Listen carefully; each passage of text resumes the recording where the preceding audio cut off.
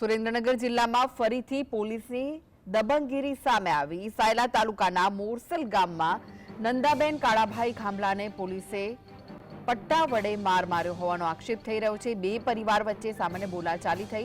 Nandaben ધજાડા police મથકે ફરિયાદ કરવા ગયા હતા। જો કે ફરિયાદ લેવાના બદલે પીએસઆઈ દ્વારા માર માર્યાનો આક્ષેપ કરવામાં આવી રહ્યો છે। નંદાબેનને બંને હાથના કાંડા ઉપર ઈજા થતા સાયલા સરકારી હોસ્પિટલ ખાતે સારવાર લીધી હતી। તો બે પરિવાર વચ્ચે સામાન્ય બોલાચાલી થતા નંદાબેન ધજાડા પોલીસ મથકે ફરિયાદ કરવા ગયા હતા।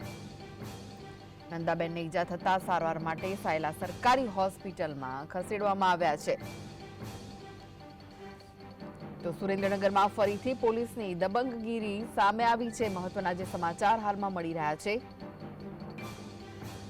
સાયલાના મોરસલ ગામના નંદાબેન ખાંભલાને પોલીસે પટ્ટા વડે માર માર્યો। ફરિયાદી નંદાબેન ધજાડા પોલીસ મથકે ફરિયાદ નોંધાવા જતા ફરિયાદ લેવાના બદલે પોલીસ પીએસઆઈએ માર માર્યો હોવાનો આક્ષેપ છે। બે પરિવારો વચ્ચે સામાન્ય બોલાચાલી થઈ હતી અને નંદાબેન પોલીસ મથકે ફરિયાદ નોંધાવા ગયા હતા।